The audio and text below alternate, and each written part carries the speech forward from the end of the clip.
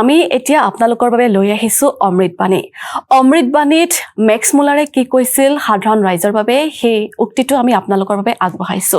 তেওঁ কৈছিল সত্য সদায় নিৰাপদ, সত্যৰ বাহিৰে একোৱেই নিৰাপদ নহয়। যি মানুহে সমাজৰ আন লোকৰ পৰা সত্য গোপন কৰে তেওঁলোক হয় কাপুৰুষ, নহয় অপৰাধী বা দুয়োটাই। এয়া আছিল মেক্স মুলাৰ সেয়া অমৃতবাণী। প্ৰিয় দৰ্শক, এই অমৃতবাণীৰে আপোনাৰ জীৱনো উপকৃত কৰক তাৰ বাবে আমি আশা ৰাখিম। প্ৰিয় দৰ্শক, আমি আহিছোঁ এটি অন্য এটি শিতানলৈ। যোগাসন লৈ আহিছোঁ আপোনালোকৰ বাবে, কিয়নো শাৰীৰিক চৰ্চাই মানুহৰ শৰীৰৰ লগতে মনৰো যথেষ্ট উৎকৰ্ষ সাধন কৰে। তেতিয়া আহকচোন আজিৰ যোগাসন আপোনালোকৰ বাবে কি লৈ আহিছোঁ চাওঁ।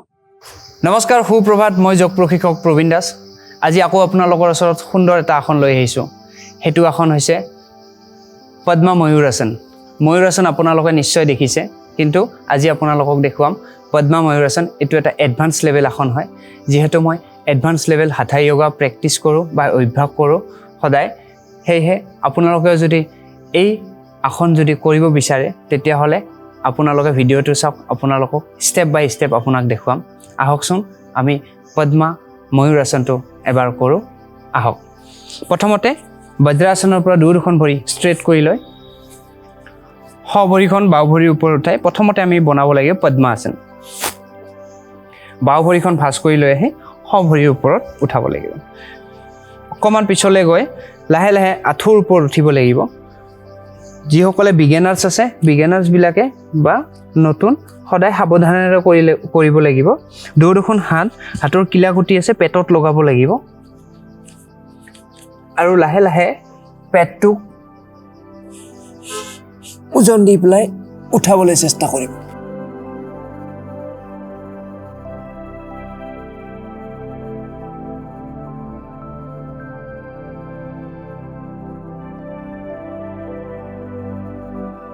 এইটো এটা এডভান্স লেভেলৰ আসন হয়।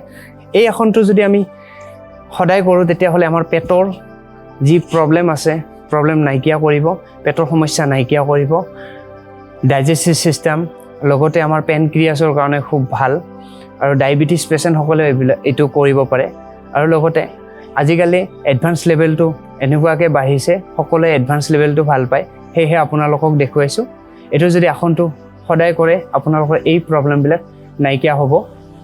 আহকচোন আকৌ এবাৰ দেখুৱাবলৈ চেষ্টা কৰোঁ।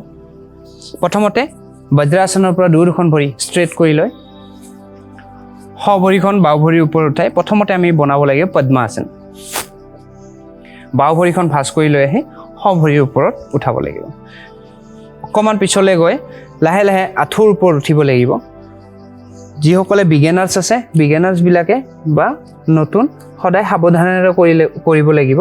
দুখন হাতৰ কিলাকুটি আছে পেটত লগাব লাগিব আৰু লাহে লাহে পেটটোক ওজন দি পেলাই উঠাবলৈ চেষ্টা কৰিব।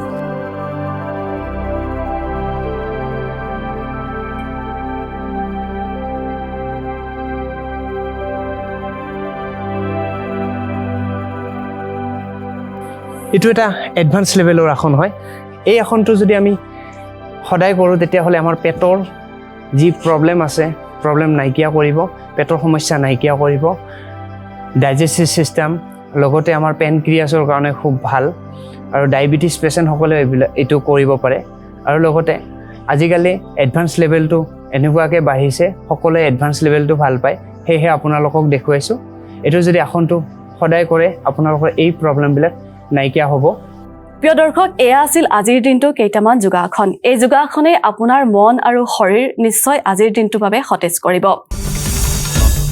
আসাম টক্স, আপোচবিহীন অসম কণ্ঠ।